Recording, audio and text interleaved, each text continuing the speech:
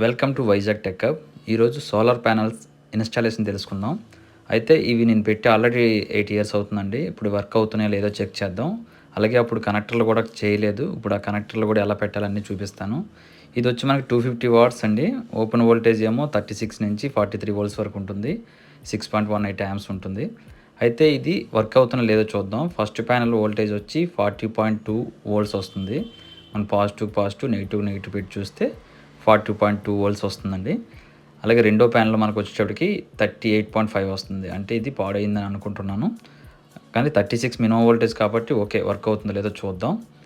Next మనకు వచ్చి third panel వచ్చి మనకి ఇది 41.2 వోల్ట్స్ వస్తుంది. యాక్చువల్గా మనం అప్పుడు 4 ప్యానల్స్ పెట్టుకున్నాం. ఒకటి ఉదుత్ తుఫాన్కి డ్యామేజ్ అయింది. ఇవి MC4 3-in-1 కనెక్టర్. అంటే మనకి 3 ప్యానల్స్ ఉన్నాయి కాబట్టి అన్ని ప్యారలల్లో కనెక్ట్ చేయాలి. సో 3 ప్యానల్ని ప్యారలల్లో కనెక్ట్ చేసుకుంటూ వస్తాను. ఈ కనెక్టర్లతోనే మనం కనెక్ట్ చేస్తే మనకి వోల్టేజ్ డ్రాప్ అది ఉండదండి. సో ఇవి సింగిల్ కనెక్టర్లు. మీరు చూస్తున్నది ఫీమేల్ది, ఇది మేల్ కనెక్టర్.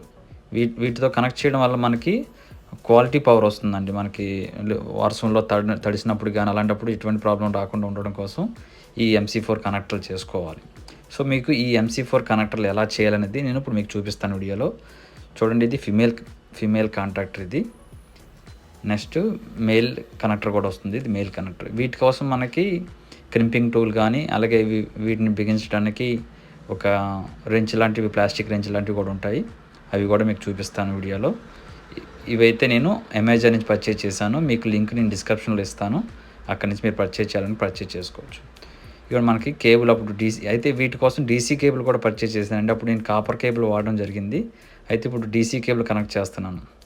సో మనకి స్ట్రిప్పర్తో మనం వైర్ రిమూవ్ చేసి పైన ఇన్సులేషన్ రిమూవ్ చేసి మనం క్రింపింగ్ టూల్తో నీట్గా చేయాలండి. ఇది ఇక్కడ చూడండి, నేను ఏదైతే పిన్ పెడుతున్నానో ఇది ఒకసారి ఫిమేల్ టైప్ పిన్ అనమాట. ఇది ఫిమేల్ది ఎప్పుడైతే యూజ్ చేస్తున్నానో మేల్ కనెక్టర్ యూజ్ చేయాలి క్రింపింగ్ టూల్తో. నేను ఇది 4 mm కేబుల్ ఇది. సో 4 mm దగ్గర క్రింప్ చేస్తున్నాను. క్రింప్ చేసిన తర్వాత ఈ మేల్ది ఏదైతే ఉందో ఆ మేల్ కనెక్టర్ పెడతాను అనమాట. సో ఈ మేల్ కనెక్టర్ పెట్టి మనం ఫుల్ టైట్ చేసుకుంటే మనకి లీకేజ్ అనేది ఉండదు, డీసీ లీకేజ్ ఉండదు. ఇది మేల్ ఒక కనెక్టర్. సో ఇలాగా మనం పాజిటివ్ నెగిటివ్ అన్నీ నీట్గా, అంటే మనం యాక్చువల్గా కేబుల్స్ కనెక్ట్ చేస్తున్నప్పుడు చేత్తో చేస్తూ ఉంటాము. చేత్తో చేసి ఇన్సులేషన్ టేప్ చేస్తుంటాం. కానీ అవాయిడ్ కాకుండా వీటి ద్వారా చేయడం వల్ల మనకి లీకేజ్ కరెంట్ కానీ ఏమీ ఉండదు అనమాట. పర్ఫెక్ట్గా ఉంటుంది. సో ఈ మేల్ది అయింది. దీన్ని నేను ఈ ప్లాస్టిక్ ఏవైతే ఉన్నాయో దీంతో మనం టైట్ చేస్తామండి. ప్రాపర్ టైట్ వచ్చిన తర్వాత ఒక సౌండ్ వస్తుంది, అక్కడ టైట్ అయినట్టు అనమాట అర్థం. సో ఇప్పుడు మీరు చూసింది మేల్ కనెక్టర్. ఇప్పుడు అలాగే ఫీమేల్ కూడా చేస్తాను చూడండి. ఫీమేల్కి మేల్ పిన్ పెడతాను, పెట్టి క్రింపింగ్ చేసి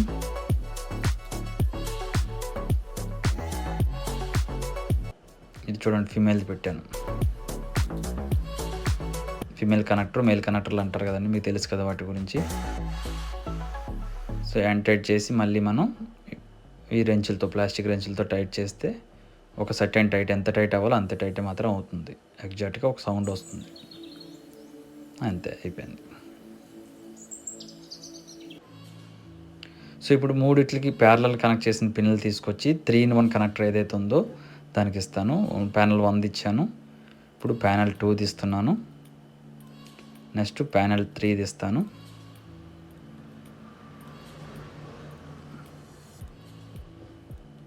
సో 3 పాజిటివ్లు తీసుకొచ్చి ఒక 3-in-1 కనెక్టర్కి ఇచ్చాను. సో మనకి ఇప్పుడు సింగిల్ వైర్ కింద అయింది. ఆ సింగిల్ వైర్ తీసుకెళ్ళి నేను ఏదైతే డీసీ కేబుల్ పర్చేజ్ చేశానో ఆ డీసీ కేబుల్కి ఇస్తున్నాను. సో ఇప్పుడు 3-in-1 కనెక్టర్ అయిపోయినట్టే. సో ఇది positive. Same as it is negative కూడా చేస్తున్నాను. 1-3 ఇచ్చాను. సో నెగిటివ్ కేబుల్ కూడా రెడీ అయిపోయింది. ఇప్పుడు కేబుల్ రన్ చేసుకుందాం. కిందకి కేబుల్ రన్ చేసుకొని ఇది పాజిటివ్ది, నెక్స్ట్ ఇది నెగిటివ్ది. చూడండి పాజిటివ్ కనిపిస్తుంది. సో ఇది నెగిటివ్ది. 2 కేబుల్ కిందకి రన్ చేసుకుంటాం. మనం ఎక్కడైతే మనం ఇన్వర్టర్ పెట్టుకున్నామో ఆ ఇన్వర్టర్ దగ్గరికి రన్ చేసుకుంటాం. ఇవి మన ప్యానల్స్. కిందకి కేబుల్ రన్ చేసాం చూడండి. సో ఇది మనకి ఇన్వర్టర్ వరకు వెళ్తుంది. ఇన్వర్టర్ దగ్గర నేను ఒక MCB పెట్టుకున్నాను. అది డీసీ ఎంసీబీ పెట్టుకోవాలి కంపల్సరీగా. ఎందుకంటే నాకు అప్పుడప్పుడు సోలార్ ఆఫ్ చేసుకోవాలనుకుంటే నేను సోలార్ ఆఫ్ చేసుకోవచ్చు అనమాట. అంటే సోలార్ నుంచి వచ్చే పవర్ని ఆఫ్ చేసుకోవచ్చు. సో నా ఇన్వర్టరు 24 వోల్ట్స్ ఇన్వర్టర్ ఇది. అలాగే 2 బ్యాటరీలు పెట్టుకున్నాను. 2 సిరీస్లో పెట్టుకున్నాను కాబట్టి 12 వోల్ట్స్ బ్యాటరీలు 2 24 అవుతాయి. ఇప్పుడు ఎంత యాంప్స్ వస్తుందో చెక్ చేద్దాం. మనకి సోలార్ నుంచి 9.3 యాంప్స్ డీసీ వస్తుందండి. ఓకే, ఇది డీసీ అండి ఇదంతానా.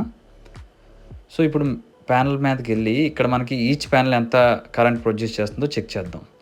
ఓవరాల్గా మనకి యాంప్స్ డీసీ యాంప్స్ ఎంత వస్తుందంటే ఇక్కడ ఇప్పుడు ఎండ తక్కువగా ఉంది కాబట్టి మనకి 8.2 యాంప్స్ వస్తుంది. ఇప్పుడు ఇండివిజువల్ ప్యానెల్ చెక్ చేద్దాం. ఒక్కొక్క ప్యానెల్ 1 వచ్చి 3.3, ప్యానెల్ 2 వచ్చి 0.3 అంటే 0, నథింగ్, ఏమి రావట్లేదు ప్యానెల్ 2 నుంచి.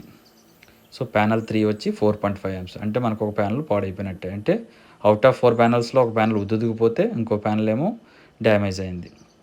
సో ఆ డ్యామేజ్ ఇదే అనుకుంటున్నానండి. ప్యానెల్ మీద ఈ విధంగా వచ్చింది బర్న్ అయినట్టు. సో మీకు ఒకవేళ సోలార్ ప్యానెల్ ఉంటే మీకు ఇలా బర్న్ అయితే మీరు ఏం చేశారో కింద కామెంట్లో రాయండి. నేనైతే ప్యానెల్ రీప్లేస్ చేయాలి. ఇప్పటికే నా 1000 వాట్స్ వచ్చి 500 వాట్స్ కింద అయింది. సో ఒక్కొక్క ప్యానెల్ రీప్లేస్ చేయాలంటే చాలా ఖర్చు అవుతుంది కాబట్టి నేను 500 వాట్స్తో వాడేస్తున్నాను. సో డ్యామేజ్ అయితే ఇది. ఓకే.